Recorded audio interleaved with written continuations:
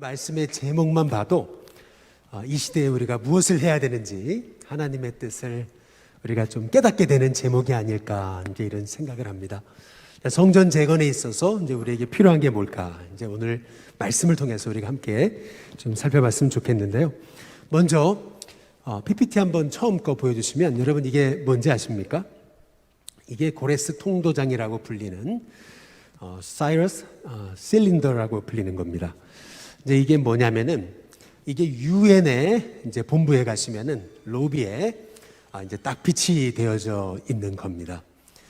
유엔에 있는 것은 그거는 원품은 아니고요, 모조품이고요. 이제 저게 이제 진품인데 왜 유엔에 저게 있을까요?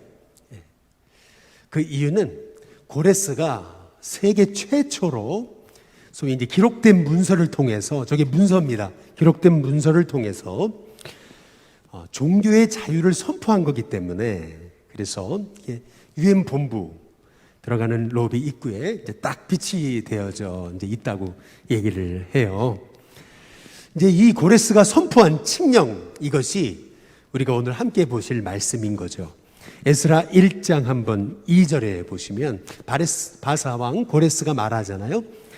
유다 예루살렘의 성전을 건축하라. 아니, 어느 나라의 어느 황제가요, 자기가 어떤 나라를 정복하고 나서 피정복 국가 사람들한테 본국으로 돌아가라 뿐만 아니라 종교의 자유까지 선포하고 그들의 성전을 세우라 하는 사람이 어디 있겠습니까?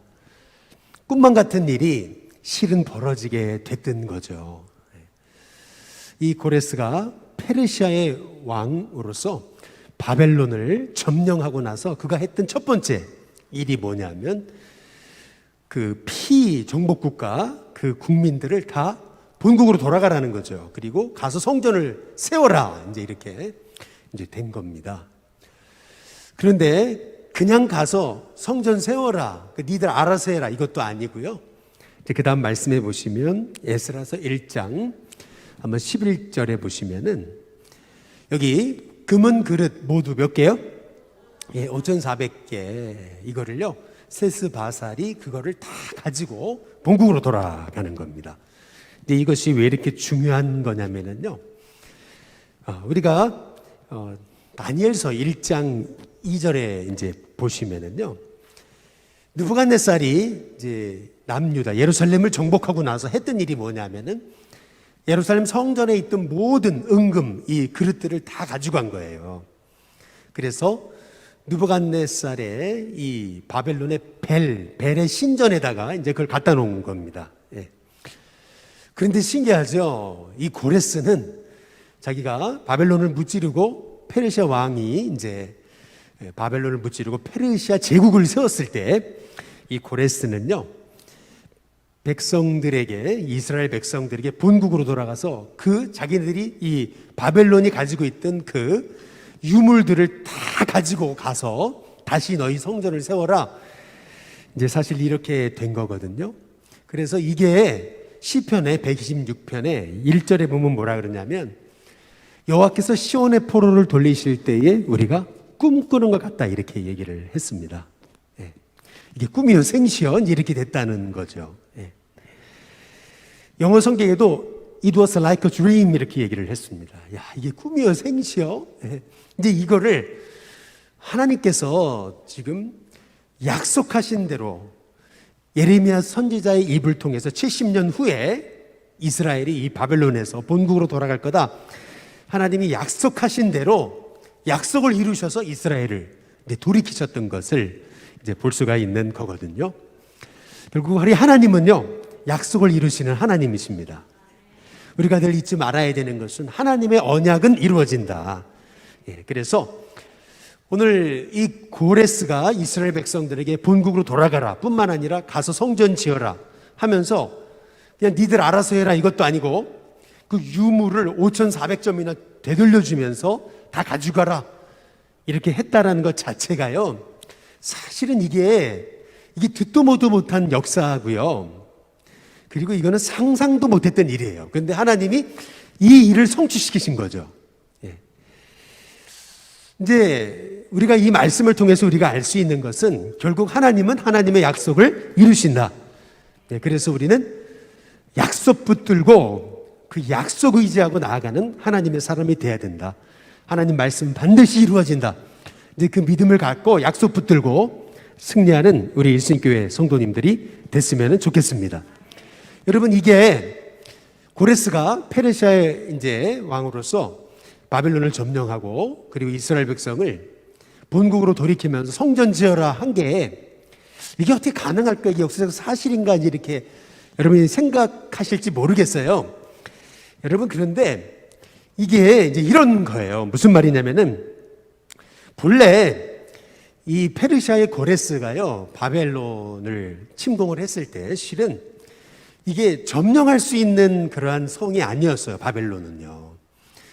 이게 요한계시록에 보시면은 이 바벨론 성에 대한 큰 성 바벨론이라고 나오는데요. 이 거기에 나온 그 수치를 다 계산해 보면은요, 이렇습니다. 이 바벨론이라는 건요, 크기가 어느 정도 되냐면 바벨론 성이요, 우리 서울만 했다 그래요. 예, 그런데 그 바벨론 성은 어느 정도냐면 두께가, 성 두께가 30m였다 그래요. 높이가 100m가 넘었다 그랬어요. 성의 높이가. 아니, 이게 무슨 가능한가 이렇게 생각하실지 모르지만은 여러분이 뭐 피라미드 이런 데 가보시면 이제 이게 가능할 거다 이렇게 생각이 들지도 모르겠어요. 뭐 만리장성 여러분이 생각해 보시면은 이제 어느 정도 상상이 되실 겁니다. 그런데 이 만리장성하고는 사실 비교가 안 됐던 게 이게 바벨론 성이거든요. 그 이유는 뭐냐면 이 바벨론 이 성 안에 이 유프라테스 강이 이렇게 지나갔는데 유프라테스 강이 이제 세 갈래로 이렇게 나뉘어지면서 두 갈래는요, 이 바벨론 성 주위에 흘렀던 거예요. 그러니까 성이 쌓여져 있고 그 앞에 이제 강이 흘렀죠. 근데 그 성은 두께가 30m고 높이가 100m예요. 그러면은요, 아무리 적이 쳐들어와도 이거 침공을 못 하는 거예요. 그러나 또한 뿐만 아니라 그 도시 안에는 강이 흐르잖아요. 먹을 게 풍부해요. 그래가지고 여러분이 다니엘서 5장에 보시면은 벨사살이요, 지금 이 페르시아의 고레스가 쳐들어왔음에도 불구하고 이 벨사살은요, 잔치를 벌려요. 연회를 벌입니다. 예. 그때 하나님 보여주신 그 글자가 메네 데겔 우바르신이에요. 결국 하나님이 세워서 저울을 달아보고 이 바벨론을 이제 나누시겠다, 이제 그런 뜻이거든요. 이 벨사살은요, 지금 페르시아가 둘러싸서 공격하러 지금 전쟁을 벌이러 왔는데도요, 절대 쟤네들은 우리 못 이겨. 그래서 그날 밤에 잔치를 벌였다는 얘기예요. 술 파티를. 지금 적이 코앞에 있는데도 그 정도로 벨사살은요, 이 바벨론의 벨사살은 절대 페르시아가 자기를 못 이긴다고 생각했어요. 이제 그게 사실이었고요. 근데 그럼에도 불구하고 고레스가 승리합니다. 근데 그 이유가 뭐냐면 이거예요. 이 바벨론 이 백성들이요, 이 너무나 그 바벨론 이 황제들의 사치, 폭정에 완전히 아주 신물이 나버린 거예요. 그래가지고 어떻게 했냐면 고레스가 쳐들어왔을 때요, 바벨론 백성들은요, 그 성문을 아예 열어줘 버렸어요. 그리고 꼭 고레스를 메시아 맞이하듯이 박수치면서 환호하면서 맞이했습니다. 이제 그러고 나니까 고레스는요, 피 한 방울 제대로 흘려보지 않고 그 난공불락의 성 바벨론 성을 침공해서 정복한 거예요. 그러니까 무슨 말이냐면 이런 거죠. 그 콘스탄틴 황제가 전혀 이길 수 없는 싸움에서 십자가 환상을 보잖아요. 그리고 나서 이 전쟁에서 이기면은 이제 기독교를 국교화하겠다 이렇게 서원을 하거든요. 그래서 결국 기독교가 국교화되는 게 밀라노 칙령에서 되는 거 아니에요? 근데 마찬가지로 지금 고레스는요, 전쟁에서 이길 수 없는 전쟁이었는데 이 바벨론 성을 점령한 왕 황제가 없었는데 정말 기적적으로 그 문을, 성문을 그 백성들이 열어줘가지고 피 한 방울 제대로 흘려보지도 않고 그냥 승리하는 거, 전쟁에서. 그러니까 이 고레스는요, 너무 감사하잖아요. 이게 사실은 복음이거든요. 이게 은혜거든요. 그래서 고레스가 그 감사에 대한 보답으로 그 피정복 국가 국민들한테 종교의 자를 선포한 겁니다. 이제 그러면서 이스라엘 백성들한테는 본국으로 돌아가 가지고 그래 성전 지어라. 그러면서 이 바벨론 느부갓네살이 빼앗아갔던 5,400점의 그 유물들을 다 다시 돌려주는 거예요. 근데 여러분 이게 얼마나 대단한 거냐면요, 이제 이런 거예요. 좀 서론이 길어지는데 이게 얼마나 대단한 거냐면은 대형 박물관에 가면은요, 여러분이 대형 박물관에는 그 건물만 영국 거고 그 유물들은 다 남의 나라 거라 그러잖아요. 근데 마찬가지로요, 지금 전 세계에서 그거 다시 달라고 막 요청하는데, 반환 요청하는데 절대 안 주죠. 그걸 왜 줘요? 예. 영국이 그걸 왜 줍니까? 그 나라들한테. 마찬가지죠. 페르시아가 지금 바벨론을 점령한 다음에 이스라엘에 유물이 있었어요. 근데 유물을 한두 점 돌려주는 거는 이거는 이해가 되는데 5,400점, 다시 말하면 성전에 있던 거 다 돌려주거든요. 이게 정말 대단한 거예요. 이게 꿈이여 생시여 이렇게 되는 거예요. 하나님께서 우리를 바벨론 포로에서 우리를 돌이키실 때 우리가 꿈꾸는 것 같았다. 근데 이것이요, 상상도 못한 일이었어요. 이런 일은 역사에 없는 거예요. 그래서 유엔의 본부의 그 입구에다가 이렇게 이 고레스 칙령을 아예 모조품으로 거기다 이렇게 세워놓은 거예요. 이게 이런 역사가 없는 거예요, 세계 역사에서. 근데 그거를 하나님이 이루셨다는 거죠. 약속하신 대로. 예. 그래서 우리는요, 하나님 약속하신 건 이루어진다. 듣도 보도 못한 거라도, 이건 말도 안 되는 거라도 하나님은 약속하신 것을 이루신다. 여러분, 이것이 오늘 이 성전 재건의 역사에서 우리가 먼저 주목해 봐야 되는 것입니다. 특히 이 고레스가요, 얼마나 통이 큰 지도자였는가 이렇게 볼 수 있는 거죠. 아니, 지금 페르시아가 바벨론 점령한 다음에 그 이스라엘 성전의 유물이 얼마나 대단한 거예요. 솔로몬 때 지었던 건데 그게 돈으로 값어치로 따지면 어마어마한 건데 그걸 다 줘버리잖아요. 니들 다 가져가라고 말이죠. 야, 이거는 상상할 수도 없는 거예요. 이 일을 누가 이루셨어요? 하나님이 이루신 겁니다. 오늘도 하나님은 하나님이 작정하신 것 반드시 이루신다는 걸 믿으면서요, 여러분, 우리가 하나님이 하신다, 하나님이 이루신다, 이 믿음을 가지고 승리하는 저와 여러분이 됐으면 좋겠습니다. 이제 오늘 이 말씀을 이해하기 위해서 우리가 이해해야 되는 것은 이겁니다. 바벨론이 BC 539년에 패망하거든요. 페르시아 시대가 열려요. 539년 정도. 그런데 537년, 8년이라 그러기도 하고 7년이라 그러기도 해요. 이때 이스라엘 백성이 1차 귀환합니다. 이때 이스라엘 백성을 이끌었던 사람이 스룹바벨이죠. 근데 성경을 잘 보시면은 세스바살이 나오고 스룹바벨이 나와요. 그럼 세스바살은 누구고 스룹바벨은 누군가 이렇게 헷갈리죠. 동일인이라고 얘기하는 사람도 있는데 그렇진 않은 것 같아요. 세스바살이 이스라엘 백성을 이끌고 귀환합니다. 근데 그는 좀 나이가 있었던 것 같아요. 그래서 한 2년 정도 성전 기초를 이제 세우면서 그러면서 그는 사라져요. 이 성경에서 사라집니다. 이름이 사라져요. 그러면서 아마도 세스바셀이 좀 실패한 것 같아요. 그리고 스룹바벨이 이제 성전 재건을 이루는 것이에요. 그게 이제 에스라서 1장에서 6장에 이제 나옵니다. 성전을 재건하다가 중간에 중단하거든요. 그때 성전 기초만 놓고 이제 중단을 하는 거예요. 이제 그때 성전을 지어라고 독려했던 선지자가 학계 스가랴입니다. 예. 학계가 먼저 나오는 이유는 뭐냐면 학계가 스가랴보다 한 두세 달 먼저 사역을 시작했어요. 좀 이따 보시면 아시겠지만, 또 학계는 기성세대, 이제 소위 이제 나이든 세대를 향해서 사역했다면 스가랴는 젊은 세대를 향해서 사역했을 거다, 이렇게 이제 보고 있습니다. 근데 그때 다시 말하면은 1차 귀환과 2차 귀환 사이에 그때 활동했던 선지자, 그때 활동했던 사람, 선지자가 아니고 그때 활동했던 여성, 그 사람이 누구예요?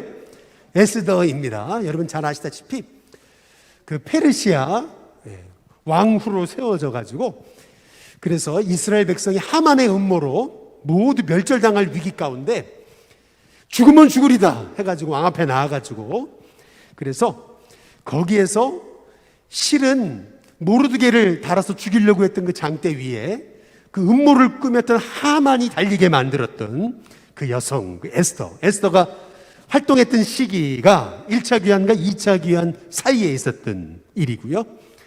그리고 나서 성전이 다 재건되고 나서, 그리고 소위 1차 귀환과 2차 귀환 사이에 약 80여 년 후에 여기 이스라엘로 돌아와서 이스라엘의 율법을 재건했던, 말씀을 다시 일으켰던, 말씀의 부흥 운동을 일으켰던 사람이 누구예요? 에스라가 된 거죠. 그게 에스라서 7장부터 10장까지의 이제 말씀인 겁니다. 그리고 3차 귀환, 이것은 444년경에 느헤미야가 돌아오면서 그가 했던 일은 뭐예요? 성벽을 재건한 거예요. 그러니까 스룹바벨에 의해서 성전이 재건되고, 그리고 느헤미야를 통해서 성벽이 재건되는 거예요. 그 사이에 에스라를 통해서 말씀의 부흥 운동이 일어나고요. 물론 에스라는 느헤미야와 함께 말씀 부흥의 운동에 주역 역할을 합니다. 이제 느헤미야서를 통해 살펴보게 될 것이고요. 오늘은 그래서 이제 성전 재건에 관한 역사입니다. 단지 성전만 재건하는 게 아니고 우리 마음의 성전까지 재건하는 에스라의 활동까지 이제 살펴보게 되는 게 이제 오늘 말씀인데요. 에스라 3장 8절에 한번 보시면은 이렇습니다. 예루살렘에 있는 하나님의 성전에 이른 지 몇 년이요? 2년 둘째 달에 이렇게 나오죠. 스알디엘의 아들 수룹바벨과 이렇게 나오잖아요. 그러니까 아까 말씀드렸죠. 세스바살이 한 2년 정도 사역을 하다가 아마 조금 실패에 부딪혔던 것 같아요. 그리고 이제 수룹바벨을 통해서 뭐가 시작돼요? 공사가 시작되죠. 성전 공사가.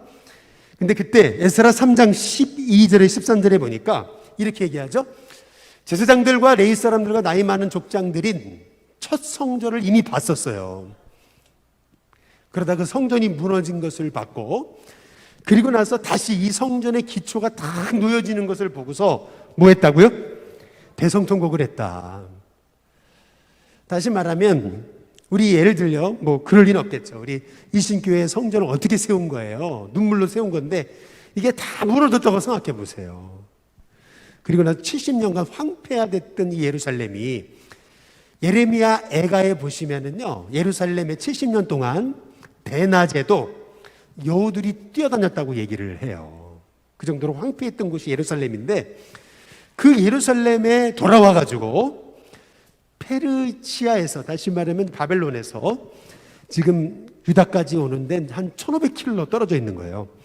1500km를 돌아와 가지고 한 2년 정도 여러 가지 과정을 겪고, 그리고 드디어 이제 2년 만에 첫 성전의 기초가 놓아지는 걸 볼 때 얼마나 감격스러웠겠냐는 거죠. 대성통곡을 했다 그랬잖아요.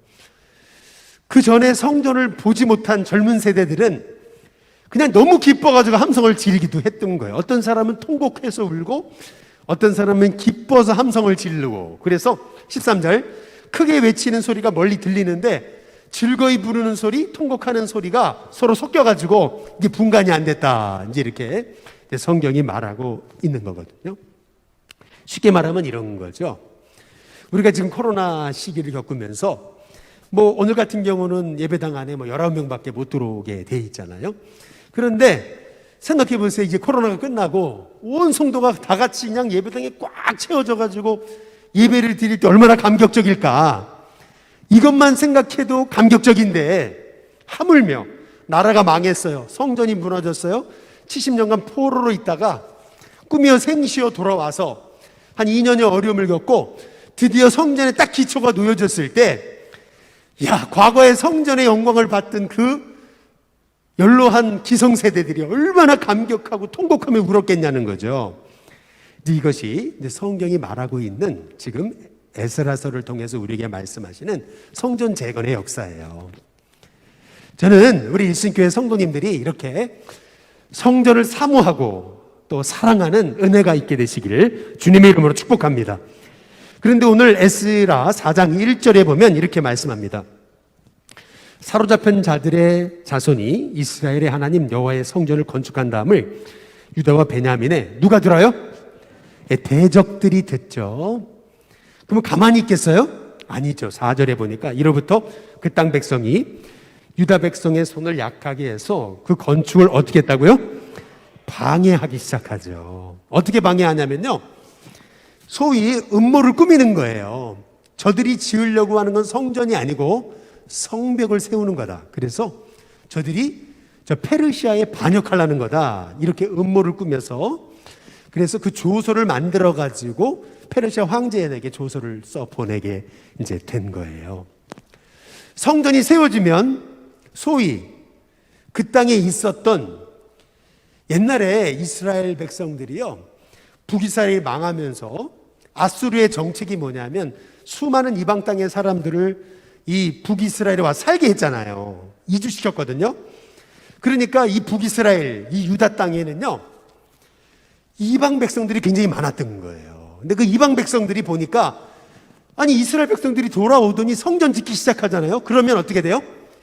자기네들의 기득권이 약화될까, 소위 밥그릇 싸움이 시작되게 된 거죠. 결국 여러분, 이 세상의 문제는 밥그릇 싸움입니다. 그러니까 밥그릇을 빼앗기지 않으려면 어떻게 해야 돼요? 음모를 만들어야죠. 음모를 꾸며야 되죠. 성전을 짓고 있는 건데 성전이 아니라 성벽을 세우는 거다. 음모를 만들어서 페르시아 황제에다가 조서를 보낸 거죠. 그 황제가 조서를 보고서, 아니 이런 놈들이 해가지고 성전이 어떻게 해요? 에스라서 4장 한번 24절에 보시면, 이에 예루살렘에서 하나님의 성전 공사가 바사왕 다리오 제 몇 년까지요? 2년까지 중단되게 되는 거예요.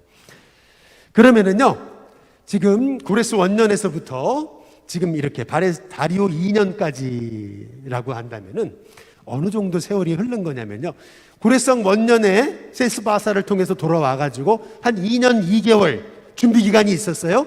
그리고 스룹바벨에 의해서 성전 기초공사가 시작됐어요. 그러다가 딱 중단된 거죠.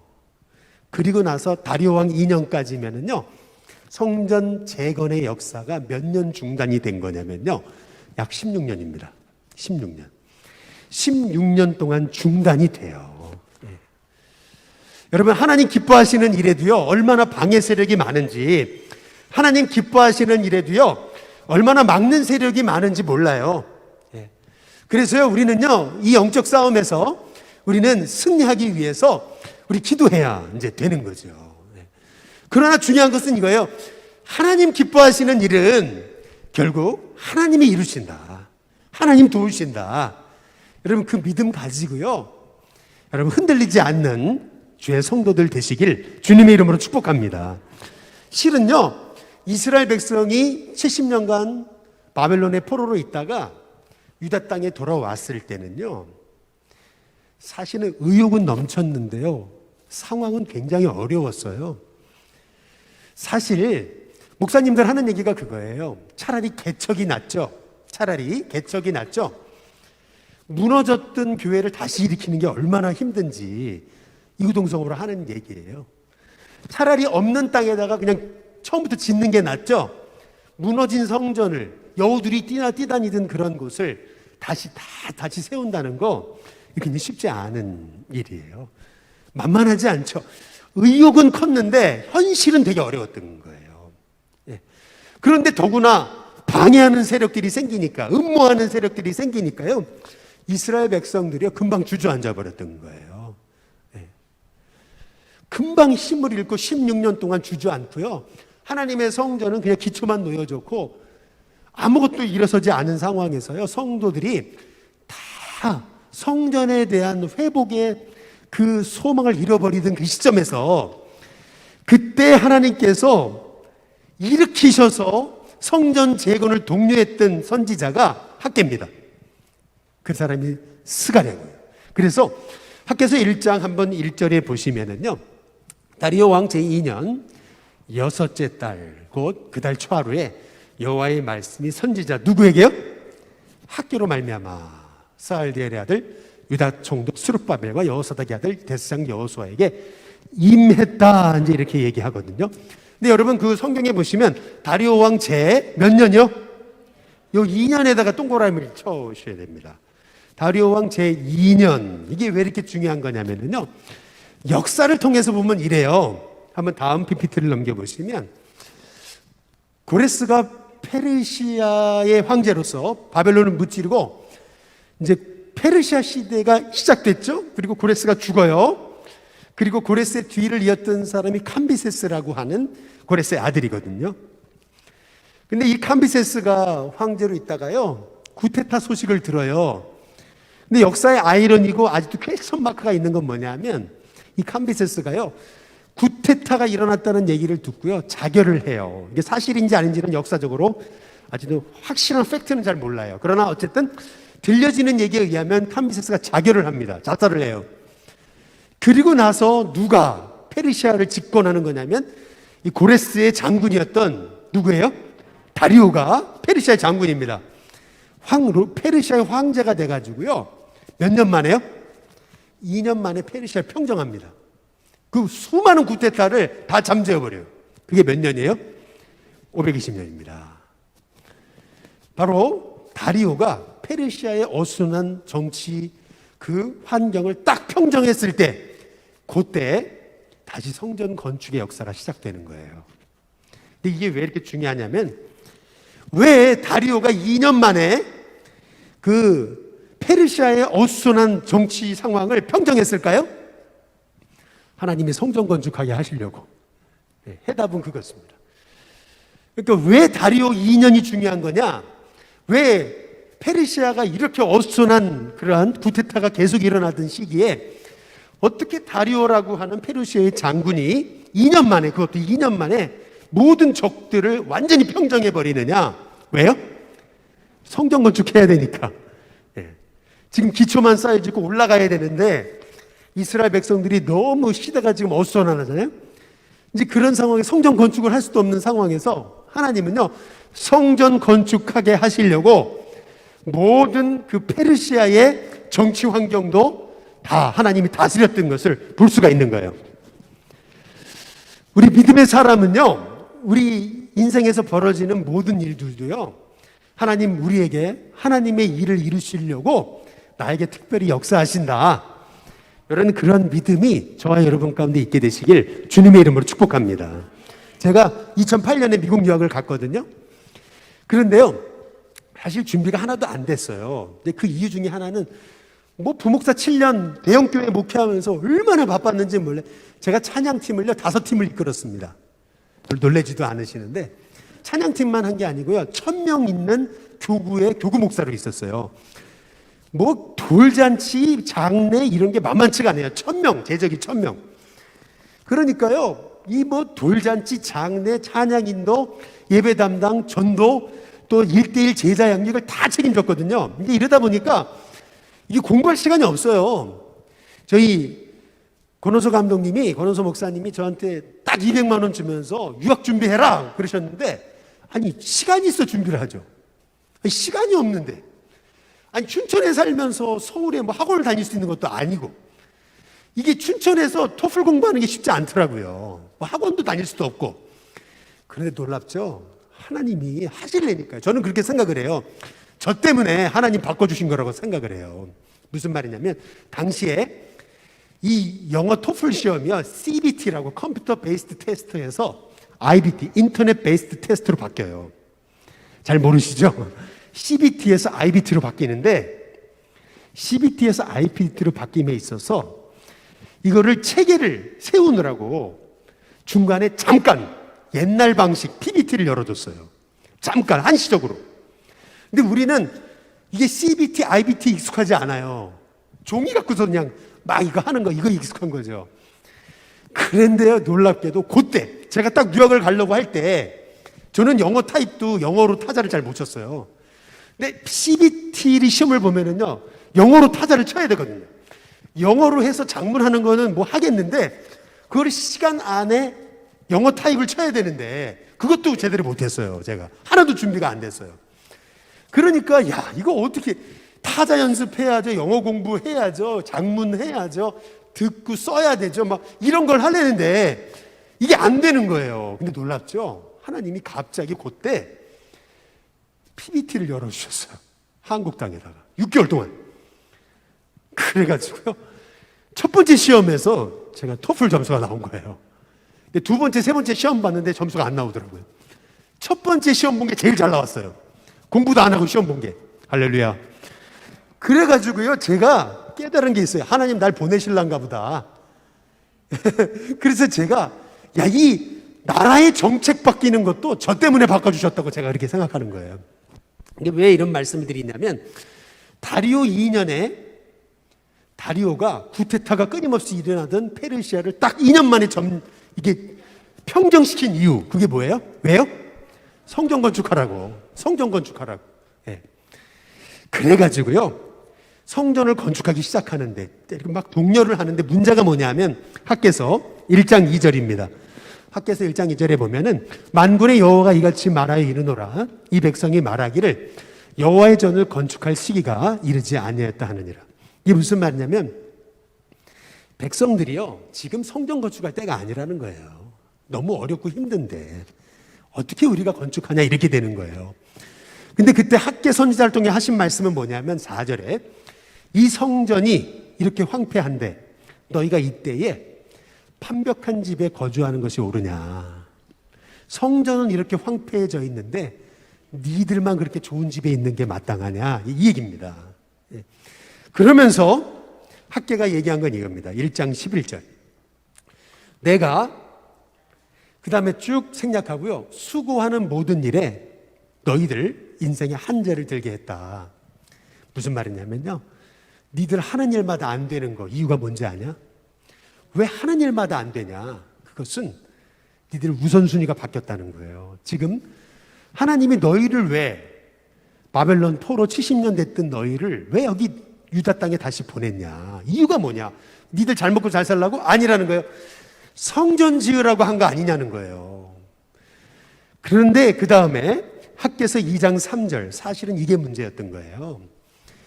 이스라엘 백성들의 마음에요, 성전 짓는 자부심이 사라진 거예요. 이것이 너희 눈에 뭐라고요? 보잘것없지 아니하냐. 옛날 솔로몬 성전에 비하면 스룹바벨 성전이 굉장히 초라했던 거죠. 그리고 이스라엘 백성들의 마음에 이 교회를 향한, 성전을 향한 자부심, 이게 다 사라진 거예요. 자신들이 하고 있는 일, 이게 고작 우리가 해봤자 얼마나, 이런 패배의식이 가득해 있었다라고 하는 거죠. 사실 그게 문제였어요. 근데 그때 학개서를 통해서 하나님이 주신 음성은 뭐냐면 2장 9절 7절입니다. 왜냐하면 이 성전에 뭐라고요? 나중 영광이 이전 영광보다 어떻게 된다고요? 크게 될 거다. 그러면서 7절에 이 학개 선지자를 통해 주시는 말씀이 뭐냐면은, 너희가 정말 하나님 기뻐하시는 일에 니들이 우선순위를 두면 하나님이 모든 나라의 보배까지도 너희에게 이르게 하겠다. 이제 이렇게 말씀하시는 거예요. 그러면서 1장 13절에 보면은 하나님 말씀하시죠. 내가 너희와 어떻게 한다고요? 함께 한다고 말이죠. 힘을 내라는 겁니다. 아무리 너희들이 보잘것없고 하는 일이 이렇게 초라해 보여도 아니다. 너희가 정말 하나님 기뻐하시는 이 성전 건축, 하나님 기뻐하시는 일에 너희들 방향 맞추면 하나님 어떻게 하신다고요? 19절 끝에 뭐라고 말씀하세요? 오늘부터는 이제 내가 너희에게 뭘 준다고요? 복을 준다는 거예요. 이제부터는. 쉽게 말하면 이런 거예요. 우리나라가 6.25 이후에 얼마나 어려웠습니까? 우리 일신교회도 6.25 이후에 지은 거잖아요. 돈 있어 지은 게 아니잖아요. 그 어려운 때에 우리 일신교회를 세운 우리 믿음의 선조들이 그 어려운 중에도, 돈도 없고 어려운 중에도 이 벽돌 하나하나 올려가지고 성전 지은 거잖아요. 아닙니까? 6.25 이후에 가장 어려웠을 때 지은 거잖아요, 이 성전이요. 그런데 지금은 어때요? 돈 있어도 못 줘요, 이제는. 돈 있어도 안 질라 그래요. 돈 있어도 헌신하지 않으려 그러는 거예요. 왜요? 이 성전에 대한 우선순위가 사라진 거죠. 실은 하나님 말씀하시는 건 뭐냐면, 이 성전이 회복되면 나머지 너희 인생 다 회복된다, 이 얘기예요. 내가 너희들과 함께한다. 이 성전의 나중 영광이 이전 영광보다 크다. 이제부터 복을 준다. 하나님께서 지금 학개의 선지자에게 말씀하시는 거죠. 이게 학개서 1장 2장입니다. 이게 학개서에 관한 말씀이에요. 학개서는 성전 건축에 대한 그 실질적인 문제를 다룬 말씀이라고 하면요, 스가랴서는요 성전 건축을 통해 하나님이 보여주실 비전을 말씀해 주신 게 스가랴서입니다. 그래서 저는 오늘이요, 실은 에스더서는 그냥 넘어갔고요, 에스더서는 여기 읽으시면 다 이해돼요. 학계에서도 읽어보시면 쉽게 이해됩니다. 그래서 오늘 이 짧은 한 30분 정도 남은 시간에 스가랴서를 중심으로 함께 좀 말씀을 나누려고 해요. 학계서 1장 1절을 잘 보시면은 다리오 왕 제 몇 년이요? 2년. 몇째 딸이요? 6째 딸이죠. 근데 스가랴 1장 1절을 보세요. 다리오 왕 제 몇 년이요? 똑같이 2년이죠. 그렇죠? 몇째 딸이요? 8째 딸입니다. 그러니까 학계 선지자와 스가랴 선지자가 활동했던 시기가 같은 다리오 왕 2년이에요. 몇 개월 차이요? 한 2개월, 2~3개월 차이에 사역을 감당했던 사람들이에요. 학계는 기성세대를 향해서 사역했다는 얘기는 뭐냐면은 이 성전의 나중 영광이 이전 영광보다 크리라고 그러잖아요. 이 얘기는 뭐냐면 학계가 이 성전의 이전 영광을 봤을 거라는 얘기를 하고 있는 거예요. 그러니까 70년 전에 성전의 영광을 받던 사람이 학계다, 이렇게 추측하는 거예요. 그래서 학계는 나이가 많았을 거다, 이렇게 보는 거고요, 이 구절 하나 가지고. 그러나 반면에 스가랴는 어떠냐면요, 스가랴서의 2장에 여러분이 한번 그 4절에 보시면은 이렇게 얘기해요. 달려가서 그 소년에게 말하라, 이렇게 얘기하거든요. 스가랴서 2장 4절에 보시면 달려가서 그 누구에게요? 소년에게 말하라, 이렇게 얘기하거든요. 그러니까 다시 말하면 스가랴서는 젊은 세대를 향해 활동했던 선지자였을 거다, 이렇게 추측하고 있는 거예요. 아무튼 기성세대 학계 선지자랑 젊은 세대 스가랴 선지자가 함께 팀 사역으로 성전 건축을 위해서 기성세대나 젊은 세대의 마음을 합다로 묶어가지고 성전 건축의 역사를 이룬 것이 그게 학계 선지자와 스가랴 선지자가 했던 사역이라는 것을 우리가 생각해 보면서 이제 스가랴서 중심으로 한번 보겠는데요. 스가랴 4장 한번 10절에 보시면은 이렇게 얘기하죠. 무슨 일의 날이요? 4장 10절에 무슨 일의 날이요? 네, 그 작은 일이라 동그라미를 치셔야 됩니다. 작은 일의 날이라고 멸시하는 자가 누구냐? 이게 무슨 말이에요? 지금 이스라엘 백성들에게 있어서요, 이 고작 그 성전 에게게 이것밖에 안 돼라고 하는 어떤 그 성전에 대한 자부심이 사라진 거예요. 왜 성전 지어야 되는지, 우리가 이렇게 어려운데 지금 바벨론의 포로로 있다가 70년간 있다가 지금 본국으로 돌아왔지만 수많은 반대자들의 반대 부딪히면서요, 또 먹고 살기도 힘들잖아요. 그러니까요, 뭐 예루살렘에 여우가 뛰돌던 그런 곳인데 그걸 다시 일으키려니까 얼마나 힘들어요. 그러니까 이스라엘 백성은 다 먹고 사는데 매여가지고 하나님 기뻐하시는 일에는 아예 관심이 없어요. 성전을 재건하고 교회를 다시 일으키는 거 관심이 없어요. 다들 마음이 떠나가지고 16년 동안 성전을 향해 마음이 떠났어요. 세상 일에만 다 치중해 있던 거죠. 근데 신기한 거는 하는 일마다 안 되는 거예요. 하는 일마다 안 되게 만드시는 거예요. 그러면서 학계 선지자를 통해서 하신 말씀이 왜 하는 일마다 니들이 안 되는 거냐. 그러면서 학계 선지자가 하는 말이 하나님 기뻐하시는 일 다시 시작해라. 그러면 하나님이 너에게 진짜 이제부터 복 준다. 이게 학계 선지자의 고백이에요. 그리고 스가랴 선지자를 통해서 주시는 말씀은 작은 일의 날이라고 멸시하는 자가 누구냐. 이 성전 짓는 거 이게 작은 일처럼 보이느냐, 이게 불가능한 일처럼 보이느냐, 왜 너희들이 성전에 대한 자부심이 없냐, 왜 성전을 사모하는 그 열심이 사라졌냐, 왜 다 먹고 사는 데만 관심 있고 하나님 기뻐하시는 일에는 반응하지 않느냐, 지금 그 얘기를 하고 있는 거예요. 그러면서 스가랴 4장 10절에 이어지는 말씀에 보면은 스룹바벨의 손에 뭐가 있어요? 다림줄이 있는 것을 보고 기뻐하리라. 이 7눈은 온 세상에 두루다니는 여호와의 뭐라고요? 눈이라. 예. 스룹바벨의 손에 뭐가 있어요? 다림줄이 있어요. 다림줄이 뭐냐면 건축하는 데 있어서 이렇게 세로 이것이 잘 성전이 이렇게 건축물이 세워지는지를 이 세로 이 줄 이게 제대로 세워지는 이거를 가늠하는 줄이 다림줄이거든요. 그러니까 다시 말하면 하나님이 지금 이 성전 건축의 역사를 이루고 계신다는 것을 다림줄의 환상을 통해서 보여주시는 거예요. 하나님의 눈, 하나님 지켜보고 계시고 하나님 하신다. 이제 그 얘기를 하고 있는 거예요. 그러면서 스가랴 4장 6절 7절에 보면 이렇게 말합니다. 수룹바벨에게 하신 말씀, 그건 뭐냐면 이는 뭘로 되지 않아요? 힘으로 되지 않고 뭘로 되지 않아요? 능력으로 되지 않고 오직 나의 뭘로요? 영으로 된다. 하나님이 하신다. 그러면서 7절에 큰 산아 내가 무엇이냐? 내가 수룹바벨 앞에서 뭐가 된다고요? 평지가 되리라. 지금 이스라엘 백성이 앞에 맞닥뜨려져 있는 그 환경이라는 큰 산, 경제 문제라는 큰 산, 그리고 그 방해하는 세력이라는 큰 산, 그리고 수많은 그 마음이 하나 되지 못한 그 안 된다고 하는 패배의식이라는 큰 산, 이 모든 것들이 하나님은 다 뭐가 된다고요? 평지가 된다. 너의 인생에 놓여있는 그 문제라고 하는 큰 산, 그것이 뭐냐는 거예요. 그 모든 것이 다 평지로 바뀌어질 거다. 하나님이 말씀하고 계십니다. 한번 따라해 보시죠. 큰 산아, 수룹바벨 앞에서 평지가 되리라. 예, 다시요. 큰 산아 하고 나서 수룹바벨 앞에서에다가 여러분이 이름을 넣으세요. 그리고 평지가 되리라. 다 같이 시작. 큰 산아, 윤동규 앞에서 뭐가 돼요? 평지가 되리라. 예, 다시요. 큰 산아, 일신교회 앞에서 어떻게 된다고요? 평지가 되리라. 하나님 주신 말씀이죠. 여러분의 인생의 큰 산이 뭡니까? 앞에 놓여있는 큰 산이 뭐예요? 학업입니까? 미래입니까? 직장입니까? 뭐 만남입니까? 뭐 경제 문제입니까? 어떤 문제입니까? 어떤 문제도 여러분 인생 앞에 있는 그 큰 산에게 선포하십시오. 큰 산아, 윤동규 앞에서 평지가 되리라. 이 하나님이 주신 말씀이죠. 다 함께 다시 한번 해보겠습니다. 큰 산아, 다 같이요. 시작. 큰 산아, 윤동규 앞에서 평지가 되리라. 할렐루야.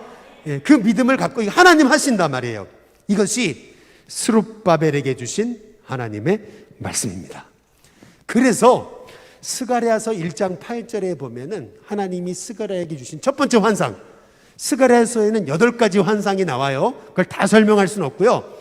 첫 번째 환상이 뭐냐면요, 내가 언제 봐요? 밤에 보니. 이 밤이란 단어가 중요하죠. 인생의 밤입니다. 밤에 보니 한 사람이 붉은 말을 타고 어디 속에요? 골짜기가 중요합니다. 골짜기 속 어디 사이에 섰어요? 화석류 나무에 섰습니다. 이 화석류 나무가 왜 중요한 거냐면 이 화석류 나무는 2m까지 자라는 상록수 관목입니다. 골짜기 속 화석류 나무.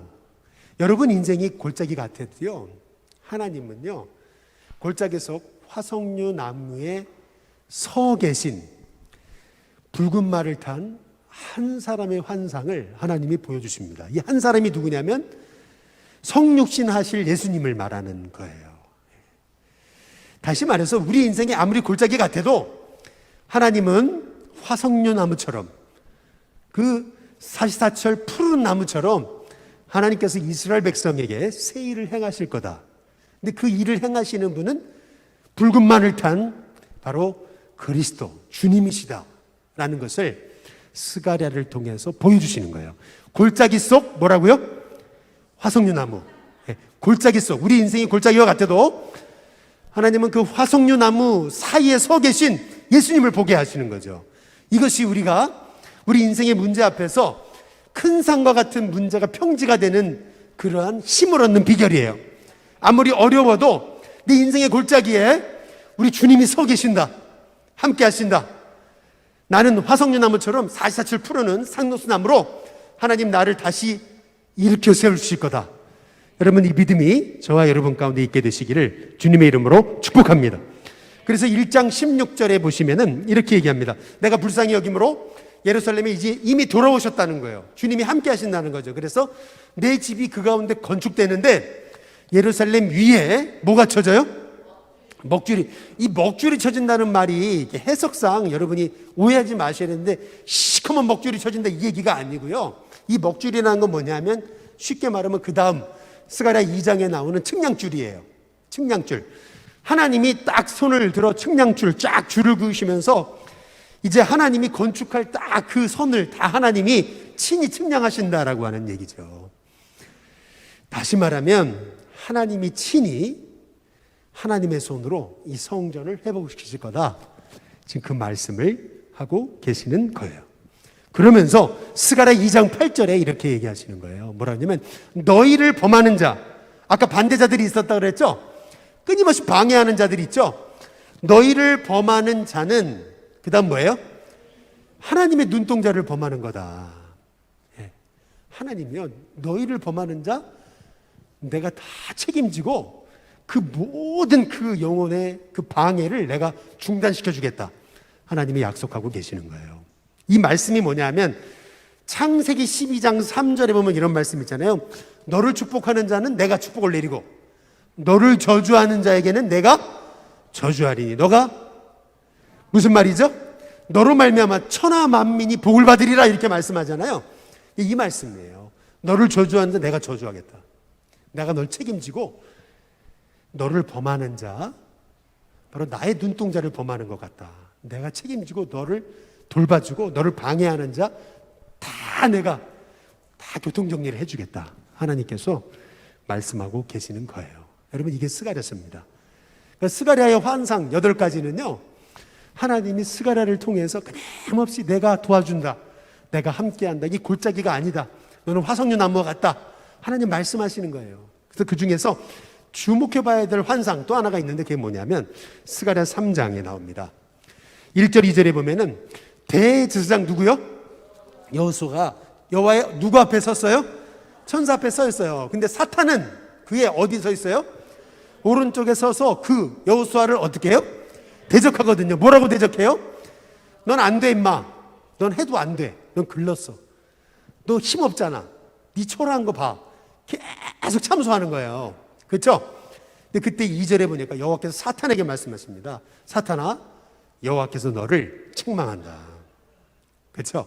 하나님이 이 사탄을 책망하시는 거예요. 그러면서 하시는 말씀이 예루살렘을 택한 여호와께서 너를 책망하는데 이는 여호수아에게 얘기하는 겁니다. 이는 불에서 꺼낸 뭐예요? 그슬린 나무가 아니냐. 이 웨슬리가 아까 얘기한 것처럼 불에서 꺼낸 그슬린 나무다. 이게 요한 웨슬리가 하는 얘기거든요. 이게 무슨 말이냐면 불에서 나무를 그슬린 거를 꺼냈을 때 그 나무가 얼마나 초라합니까? 아니 지금 불타다가 말고 지금 불에 그슬려서 꺼낸 나무예요. 그 얼마나 초라해요. 이게 지금 여호수아 같은 모습이에요. 지금 이스라엘 백성을 이끌고 있는 스룹바벨 그리고 누구예요? 여호수아. 스룹바벨과 여호수아. 이 여호수아에게 이렇게 굉장히 초라해 보이고 힘없어 보이고 불에서 그슬른 나무처럼 보이지만요, 하나님이 그와 함께 하신다는 거예요. 그러니까 마귀가 자꾸 참소하잖아요. 막 대적하죠. 그러나 하나님이 스가랴를 통해 주신 환상은 뭐냐면 이 여호수아와 내가 함께한다. 근데 그거를 하나님께서 이 스가랴를 통해 보여주신 환상을 통해서 이스라엘 백성들에게 힘을 내라. 내가 너와 함께한다. 이 말씀을 주고 계시는 것입니다. 여러분, 우리 일신교회가 하고 있는 일이 초라해 보여도요, 일신교회 하고 있는 일이요 굉장히 보잘것없이 또 작은 일의 날처럼 보여도요 아니에요. 여러분, 하나님 우리와 함께 하십니다. 우리가 하고 있는 일 그슬린 나무처럼 굉장히 초라해 보이고 굉장히 사탄이 참소하죠. 네 해는 일 소용없어, 안 될 거야, 막 참소하죠. 그런데 그때마다 하나님 주신 음성 붙잡으세요. 아니다, 내가 너와 함께 한단 말이죠. 여러분, 그 믿음 가지고 승리하시기를 주님의 이름으로 축복합니다. 그래서 스가랴 3장 8절에 제가 스가랴서를 중심으로 보는 이유가 여기부터 나와요. 이제 여기서 중요한 건데요. 스가랴 3장 8절에 보니까 여호수아야 이렇게 얘기하잖아요. 너와 내 앞에 앉은 내 동료들은 내 말을 들을 것이라 이렇게 얘기하면서 뭐라 하냐면 이들은 예표의 사람들이라 이렇게 얘기하시면서 뭐라 하냐면 내가 내 종 싹 이렇게 내가 내 종 싹을 나게 할 거다. 여러분, 이 싹이 뭘 의미하는지 아십니까? 지금 스가랴 선지자를 통해서 하나님은요 성전 재건의 역사를 보여주시면서 실제로 하나님이 보여주시길 원하시는 것은 오실 예수님에 대해서 말씀하고 계시는 거예요. 내 종 싹을, 여기 내 종 싹을 나게 하리라. 여기 잘 보시면요, PPT 다시 보여주시면은 잘 보세요. 이게 말이 좀 안 맞아요. 내 종을 나게 하리라 이렇게 하면 될 거를, 그렇죠? 내 종, my servant, the branch를 나게 한다 이렇게 말씀하시잖아요. 옛날 말씀에 의하면 순 아십니까? 예, 이사야서 53장에 연한 순 같고 예수님을 연한 순 같다 그러잖아요. 마찬가지로 지금 여기 종 싹을 의미하는 것은 오실 예수님을 나게 하겠다는 그러한 그리스도의 환상으로 스가랴서가 이어져요. 많은 분들이 얘기해요. 아니 구약을 왜 공부해야 되냐고. 우리가 유대인이냐고, 왜 유대 역사를 공부해야 되냐고 이렇게 얘기하는데요. 몰라서 하는 얘기예요. 성경을 보면은요, 성경은요, 성전 재건의 역사를 보여주시면서 실제 하시고자 하시는 말씀은 오실 예수님에 대해서 말씀하고 계시는 거예요.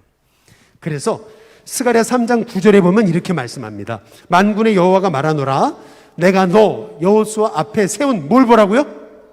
돌을 봐라. 한 돌에 7 뭐가 있다고요?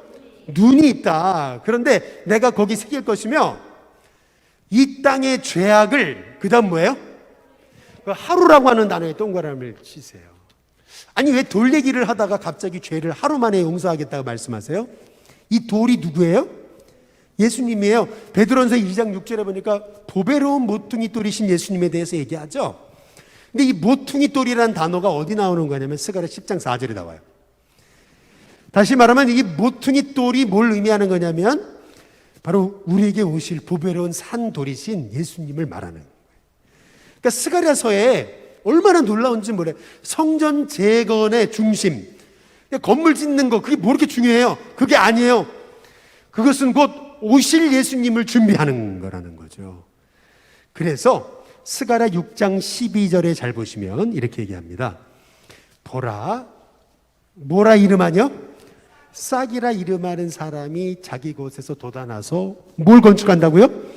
여호와의 전을 건축하리라. 이제 이 얘기가 뭐냐면요, 앞으로 예수님을 통해 일어날 초대교회를 얘기하는 겁니다. 교회. 그러니까 스가랴서를 통해서 성전 건축의 역사를 통해서 하나님 얘기하시는 것은 앞으로 이 땅에 일어날 교회에 대한 비전을 보여주시는 거예요. 근데 이게 왜 교회의 비전이냐면은 스가랴 6장 14절 보세요. 그 다음 절에 보면 그 면류관을 헬렘과 도비야와 여다야와 스바냐의 아들 헤넬을 기념하기 위하여 여호와의 전 어디요? 안에 두라 그러거든요. 전에 여러분 에스겔에서 보셨죠? 사람의 시체는요 성전에 두면 안 돼요. 그건 안 되는 거예요. 근데 여기 보면은 아니 성전에 헬렘 도비야, 그리고 다시 보여주시면요, 헬렘 도비야 여다야와 스바냐의 아들 헨을 기념하기 위해서 여호와의 전 안에 두라 이렇게 얘기하거든요. 근데 잘 보세요. 그 뭐라고요? 면류관이라고 얘기하잖아요. 생각나는 게 있죠? 초대교회 7 집사예요. 스테바니, 스테파누스, 면류관이란 뜻이잖아요. 그러니까 다시 말하면 지금 스가랴를 통해서 다시 회복될 성전을 얘기하시면서 오실 예수님의 교회를 말씀하시고 그 예수님이 세우실 교회에 대해서 말씀하시면서 그 교회를 일으킬 주님의 평신도 지도자 하나님의 종들을 우리 주님이 예표하시는 거예요. 근데 그걸 어떻게 할 수 있냐면 6장 15절 그 다음에 보시면 이렇게 합니다. 먼 때 사람들이 와서 뭐라고요? 여호와의 전을 건축한다. 이게 무슨 말이죠? 진짜 먼 때 사람이 와서 건축했습니까? 아니에요. 이 얘기가 뭐죠? 앞으로 교회를 통해서 땅끝까지 이르러 내 증인이 되리라 하실 그 주님의 약속에 관한 말씀입니다. 초대교회를 통해서 진정한 주님의 교회가 세계 열방에 확장될 것을 하나님께서는 스가랴를 통해서 일찌감치 보여주신 거죠. 그래서요, 여러분 우리가 왜 구약을 공부해야 되는가? 왜 유대 역사를 공부해야 되는가? 우리 유대인이냐? 왜 그걸 공부해냐? 우리 한국 역사도 잘 모르는데. 근데 그 얘기가 아니고요. 구약을 공부해야 되는 이유, 그것은 구약을 통해서 우리는 예수님을 만나게 돼요. 예수님을 확실히 알게 되고요. 하나님의 꿈과 계획이 어디에 있는지 알게 돼요. 하나님의 꿈과 계획은 뭐예요? 교회예요, 교회. 결국 교회. 교회를 일으키시는 거예요. 교회를 통해서 이 땅 열방을 살리시는 거예요. 그래서 성전 재건이란 우리에게 적용하면 교회를 다시 일으키는 거예요. 교회를 교회되게, 교회를 통해서 하나님의 뜻과 복음을 전하기 위해서 우리가 전혀 세상 관심만 있던 우리가 다시 교회 회복을 위해서 우리가 기도하기 시작해야 된다고 하나님께서 말씀하고 계시는 겁니다. 실은 코로나를 통해서 교회도 못 오죠. 코로나 때문에요, 뭐 예배당도 못 오잖아요. 그러면서 뭐 교회 사역들이 다 중단됐잖아요. 뭐 성경학교도 하기도 어렵고요. 막 모든 게 중단돼 버려요. 그러면서요, 많은 사람들이 세상에서, 그렇다고 세상 뭐 놀러 안 다닙니까? 다 놀러 다니잖아요. 그렇잖아요? 뭐 들로 산에 가면 젊은 사람들 널려 있잖아요. 그러면 세상 맛을 봤어요. 그런데 다시 교회 오는데 교회 오는 마음이 시큰둥한 거예요. 그렇죠? 아니 세상이 이렇게 좋은데 무슨 교회 와가지고 맨날 박수치고 예배드리라는 거죠. 마음이 시큰둥해지는 거예요. 이게 어쩌면 지금 우리가 맞닥뜨린 이 코로나 시대라고 생각하는 거예요. 우리가 해야 될 일은 뭐죠? 다시금 주님의 교회를 일으키는 거예요.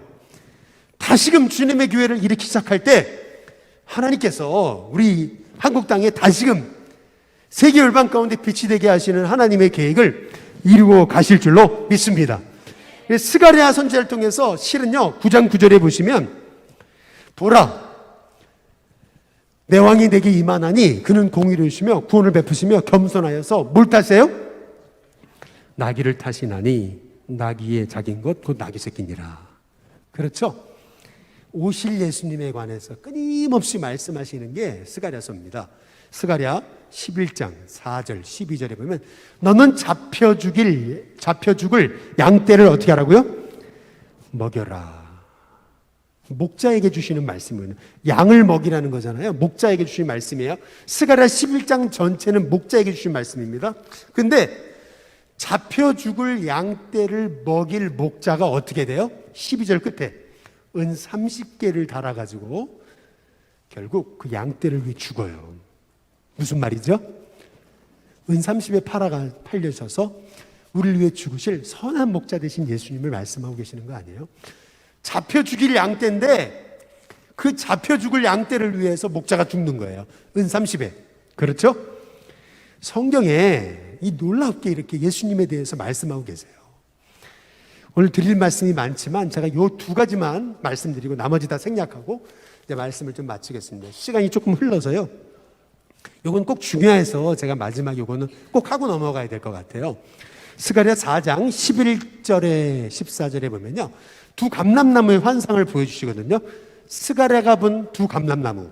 이 감람나무가 뭡니까? 이렇게 물어보거든요. 그때 14절에 이는 기름 부음 받은 자 둘인데 온 세상에 주 앞에 서 있는 자다 이렇게 말씀하십니다. 여러분 그 두 감람나무가 뭘까요? 두 감람나무가 뭐라고 생각하십니까? 네. 기름 부음 받은 자들, 온 세상에 주 앞에 서 있는 자들. 역사적으로는 스룹바벨과 여호수아예요. 역사적으로는 두 감람나무, 그렇죠? 스룹바벨과 여호수아고요. 이 요한계시록 11장이 또 똑같이 나오는데 이 두 감람나무는 뭘 의미하는 거냐면 둘이라고 하는 숫자는 증인의 숫자예요. 그래서 다시 말하면 이 두세 사람이 내 이름으로 모인 곳에 나도 그 가운데 있겠다고 말씀하시죠. 이 둘 이상이 증인의 숫자입니다. 그러니까 두 증인, 다시 말하면 온 세상 열방 가운데 복음을 증거할 주님의 공동체, 주님의 교회를 얘기하는 거거든요. 주님의 종들을 얘기하는 거예요. 그런데요, 이게 왜 제가 이렇게 강조를 하냐면은 한번 그 다음에 한번 보여주시죠. 여기 보면은 이만희가 얘기하는 게 자기가 감람나무라는 거예요. 감람나무인 교주 이만희를 만나야 구원받을 수 있다. 이렇게 얘기하죠. 제가 왜 이걸 강조하는 거냐면은요. 내가 감람나무다라고 얘기한 첫 번째 우리 한국에 있었던 이단이 있어요. 그게 누구예요?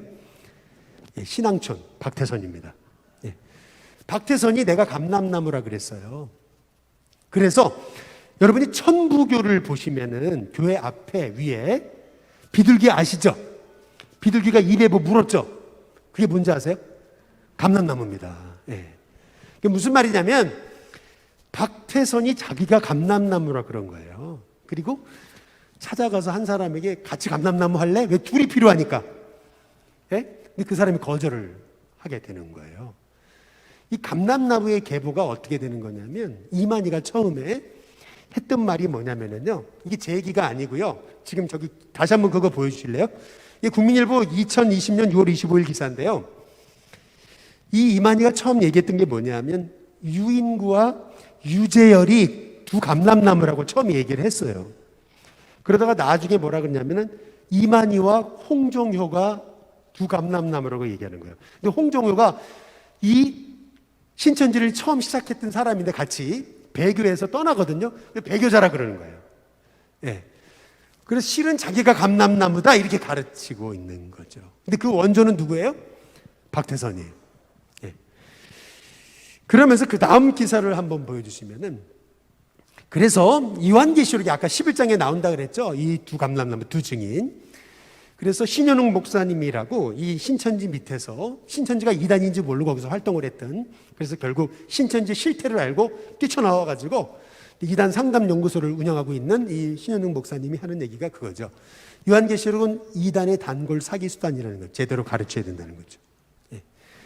여러분, 두 감람나무, 이것이 이만희가 아니에요. 박태선이 아니에요. 예. 이 둘이라는 숫자는 증인 숫자예요. 역사적으로 본다면 스룹바벨과 여호수아고요. 지금 우리에게 있어서는 주님의 복음을 증거할 하나님의 종들을 가르치는 거예요. 증인의 숫자예요. 땅끝까지 이르러 뭐라고요? 증인이 되리라. 예. 하나님이 저와 여러분을 통해서 세계 열방의 복음의 증인 되기를 원하셔서 교회를 세우시고 그 교회가 이 증인의 사명을 감당해야 되는 거죠. 이 두 감람나무라는 것이 문자적으로 해석해가지고 뭐 박태선이고 누구고 이게 아니라고 하는 얘기죠. 그래서요, 우리가 성경 바로 알아야 되고요. 우리가 성경 제대로 가르쳐야 됩니다. 그래서 스가랴 13장 1절에 그날의 죄와 더러움을 씻는 샘이 열리고요. 스가랴 14장 20절에 그날에 발방울에까지 여호와의 성절이라 여호와께 성경이라 기록될 것이다. 스가랴 13장과 14장이요. 요한계시록 21장과 22장이 똑같아요. 비슷해요. 한번 나중에 읽어보시면. 그래서 스가랴 선지자가 본 이 그날에 대한 환상과 비전, 이제 그것이 요한계시록 21장, 22장에 성취되는. 다시 말하면 스가랴 선지자를 통해서 하나님은 성전 재건의 역사, 그리고 예수님이 오셔서 우리를 위해 죽으시고 교회를 세우시고 교회를 통해서 땅끝까지 이르러 증인되게 하시다가 결국 새하늘과 새 땅이 오는, 이거를 이미 스가랴 선지자에게 보여주신 거예요. 다시요. 하나님은 성전 재건의 역사가 단지 그냥 예루살렘 성전 지으란 얘기가 아니고요. 성전 재건의 역사를 통해서 오실 예수님, 그분은 연한 순같이 싹 같이 오실 거예요. 그분이 오셔서 우리를 위해 죽어요. 선한 목자가 되셔서 우리를 위해 은삼십에 죽으세요. 나귀를 타실 거예요. 그리고 그 예수님을 통해서 교회가 세워질 건데 그 교회의 사명, 증인의 사명이라는 거예요. 증인의 사명 감당하다 결국 새하늘과 새 땅, 주님이 오신다는 거예요. 여러분, 이게 스가랴 선지자를 통해 보여주신 하나님의 마지막 날에 관한 환상입니다. 꿈이세요. 하나님의 꿈. 그러니까 다시 말하면 교회가 세워지는 건 하나님의 꿈이에요. 우리가 증인되는 거 하나님의 꿈이에요. 그리고 주님 다시 오시는 거 하나님 꿈입니다. 그래서 우리가 스가랴 선지자를 통해서 진정한 하나님 나라에 대한 꿈을 꾸는 저와 여러분이 될 수 있기를 주님의 이름으로 축복합니다. 그래서 이제 마지막으로 에스라 7장 10절에 성전이 세워지고 BC 515년에 세워져요. 520년부터 다시 재건된 역사가 520년에 다시 시작돼요. 다리오 2년에 다시 시작됐다가 그러다가 515년에 끝나요. 성전이 끝나요. 그리고 나서 한 60, 70년 후에 에스라가 돌아오죠. 예루살렘 땅에. 그래서 에스라가 했던 일이 뭐예요? 말씀을 가르치기 시작하는 거예요. 말씀의 부흥. 네. 그것이 진정한 성전 회복입니다. 건축물을 짓는 게 성전 회복이라기보다는 진정한 말씀의 회복. 네.